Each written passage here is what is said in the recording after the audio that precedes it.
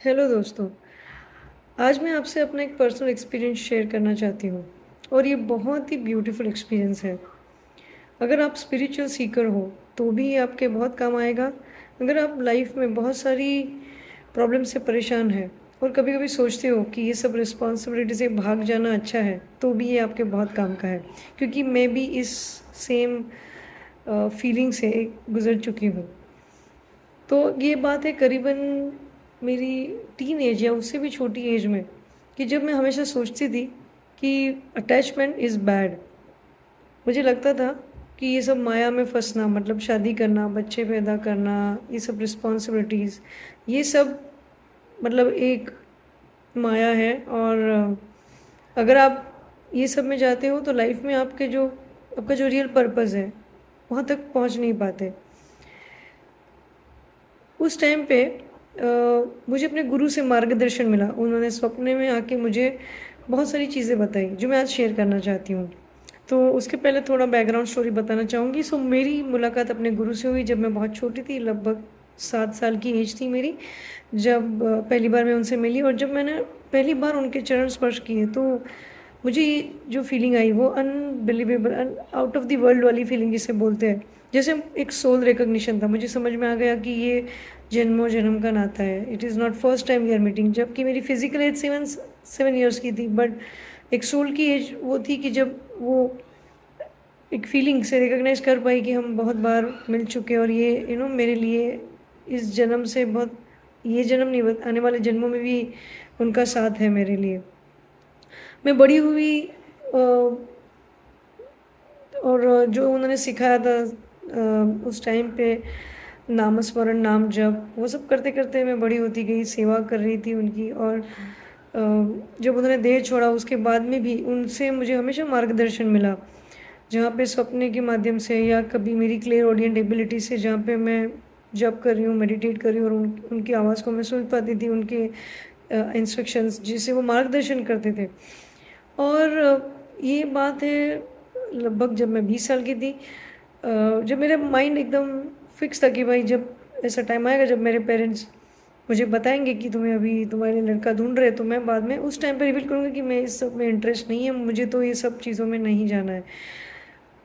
और ये आपको एक्सपीरियंस क्यों शेयर कर रही हूँ, क्योंकि उस एज, वो 20 साल की एज, आज 40 की एज में मुझे समझ में आया कि वो 20 साल में मेरे गुरु जो मुझसे क्या करवाना चाहते थे मुझसे, उन्होंने जो भी बोला था वो क्यों बोला था।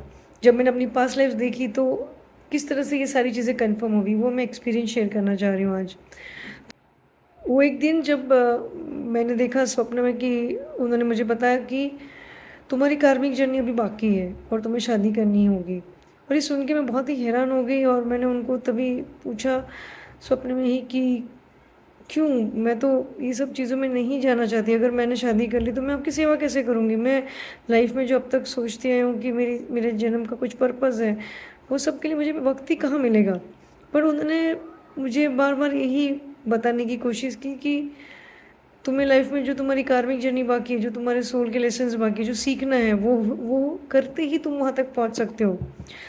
जब हम अपने पर्पस से मतलब अपनी इमोशंस को फील किए बिना, गिल्ट, ग्रीफ, जो भी इमोशनल पेन है उसको एक्सपीरियंस किए बिना जब हम संन्यास की ओर, दीक्षा की ओर जाते हैं, तो मतलब उसे बोलते हैं स्पिरिचुअल बाईपासिंग। मतलब कि हम फील नहीं करना चाहते हैं, हम सिर्फ सोचते हैं कि हाँ मैं मेडिटेट करूँ, घंटों तक जप करूँ और मैं अपनी फैमिली रिस्पॉन्सिबिलिटी ना निभाऊँ। ये एक, इसको हम बोलेंगे स्पिरिचुअल बाईपासिंग। मतलब कि रियल जो पर्पस है वो हम नहीं समझ पाते। और कभी कभी हमें लगने लगता है कि जब हम अच्छे अच्छे स्पिरिचुअल एक्सपीरियंस आते हैं तो हमें लगता है कि हम बाकी सबसे अलग है और यही मेरी लाइफ का पर्पस है। बट इस तरह से हम, अगर हमारी बहुत सारी इच्छाएं बाकी है, कार्मिक जर्नी बाकी है, तो हम लाइफ में आगे नहीं बढ़ पाते, वहीं पे स्टक हो जाते हैं। इनफैक्ट बहुत ज़्यादा ईगोइस्टिक हो जाते हैं कि मुझे बहुत अच्छे एक्सपीरियंस आ रहे हैं, बाकी लोगों को नहीं आ रहे। बट इनफैक्ट जब हम एक्चुअल चैलेंजेस को एक्सपीरियंस करते करते संसार में रह के सॉल्यूशन ढूंढ पाते हैं और जो हमें लाइफ में जो लेसन सीखने हैं, जो कंपैशन या एक्सेप्टेंस, पेशेंस, वो जब सीख के हम आगे बढ़ते हैं तो एक्चुअली हमारा स्पिरिचुअल प्रोग्रेस होता है, जो वो बताना चाह रहे थे। तो जब उन्होंने मुझे सपने में ये कहा तो मैंने उन्हें बताया कि अगर आप चाहती हो कि मैं शादी करूं तो आपको मुझे वचन देना होगा कि मैं इस लाइफ में आप मेरे लिए वो लड़का ढूंढेंगे कि जो जिसके साथ शादी करके मैं और अच्छे से सेवा कर पाऊँ, मैं अपना स्पिरिचुअल पर्पस है उस वो जी पाऊँ। तो और उन्होंने मुझे ये वचन दिया कि डेफ़िनेटली मेरी लाइफ बहुत अच्छी ब्यूटीफुल होगी और वो ऐसे चीज़ें मेरी लाइफ में होगी। इनडायरेक्टली एक ब्लेसिंग्स थी उनकी तरफ से कि उन्होंने मुझे कन्फर्मेशन दिया कि yes, I am part of it, I am part of your journey, मैं तुम्हें ये हेल्प करूँगा। और उसके बाद में मैं मेंटली थोड़ा प्रिपेयर हो गई। बट उसके बाद में जब और ये 20 साल गए मेरी लाइफ में, तब टीनेजर से लेके अब तक, तब जो जर्नी मैंने जी और पिछले 8 साल में जो मैंने अपनी पास्ट लाइफ देखी, तब मुझे समझ में आया कि वो क्या बोलना चाह रहे थे और मैं क्यों अवॉइड कर रही थी ये सब रिलेशनशिप में जाने से क्यों दूर भाग रही थी। तो मैंने अपनी ऐसी पास्ट लाइफ देखी जहाँ पे ओवर अटैचमेंट की वजह से मैंने बहुत गलतियाँ कर दी, बहुत सारे पेन सहन के, गिल्ट और ग्रीफ, इमोशनल जो चीज़ें हुई उसको प्रोसेस नहीं कर पाई। तो इस लाइफ में मुझे बचपन से यही लग रहा था कि संसार मतलब ऐसी चीज़ है जहाँ पे आप अटक जाते हो, वहाँ पे उलझ जाते हो, तो शादी करना बुरी बात होगी या ये सब चीज़ों में मैं कभी नहीं जाना चाहती। बट गुरु वो होते हैं जो जिन्हें अपने भक्त की पास्ट लाइफ्स पता होती है, फ्यूचर लाइफ भी पता होती है, उन्हें पता होता है कि किस तरह से इसको मोल्ड करना है, किस तरह से इसको आगे बढ़ाना है। गुरु वो नहीं होते जो आपको सिर्फ ये कहे कि ठीक है हिमालय पे जाके तुम वहाँ पे जाके तप करो और वहाँ पे जाके तुम्हें मोक्ष मिल जाएगा, क्योंकि जो रियल टेस्ट है वो यहाँ पे है, जब आप हर चीज़ को एक्सपीरियंस करते करते लाइफ में सीखते हो। तो उन्होंने खुद ने भी संसार में रह के ये सब चीज़ें सिखाई कि किस तरह नामस्मरण के माध्यम से हम अपनी बहुत सारी पीड़ाओं से बाहर निकल सकते हैं, किस तरह से अपने कर्मों को जी के सोल लेसन्स भी सीख सकते हैं। मैंने अपनी बहुत सारी ऐसी भी लाइफ्स देखी जहाँ पे मुझे समझ में आया कि इस लाइफ में क्यों मुझे ऐसा लग रहा था कि ये लाइफ का पर्पस उनकी सेवा करना है। तो मैं डेफ़िनेटली वो सब के बारे में आपको आगे शेयर करूँगी और आपके मन में ये क्वेश्चन भी आया होगा कि फिर उन्होंने किस तरह से अपने वचन को पूरा किया, किस तरह से वो मुझे उस लड़के तक पहुँचा पाए जहाँ पे उन्होंने वचन दिया था कि वो मेरे लिए लड़का ढूँढेंगे और ऐसा लड़का ढूँढेंगे जिसके साथ में रह के मैं अपनी स्पिरिचुअल प्रोग्रेस कर पाऊँगी। तो ये भी मैं आगे के वीडियो में कवर करूँगी। बट आज की वीडियो का पर्पज़ ये है कि अगर आप अपनी लाइफ में अलग-अलग इश्यूज़ की वजह से, प्रॉब्लम्स की वजह से ये सोचते हो कि घंटों तक मैं मेडिटेशन करूँ और उस बहाने आप बहुत सारी अपनी जो रिस्पॉन्सिबिलिटीज़ है उससे भाग रहे हो, तो मैं आपको ये चीज़ बताना चाहूँगी कि बिल्कुल भी ऐसा मत करें।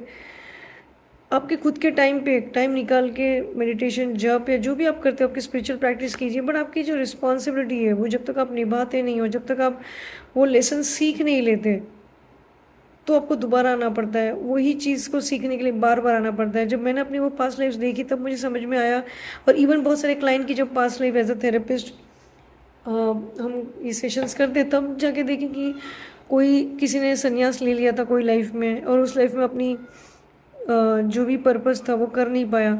तो बाद में उसे इतना अफ़सोस था मरते वक़्त कि ना मैं वो फैमिली लाइफ़ जी पाया, ना मैं संन्यास ले पाया, ना मैं सीख पाया किसके लिए आया था।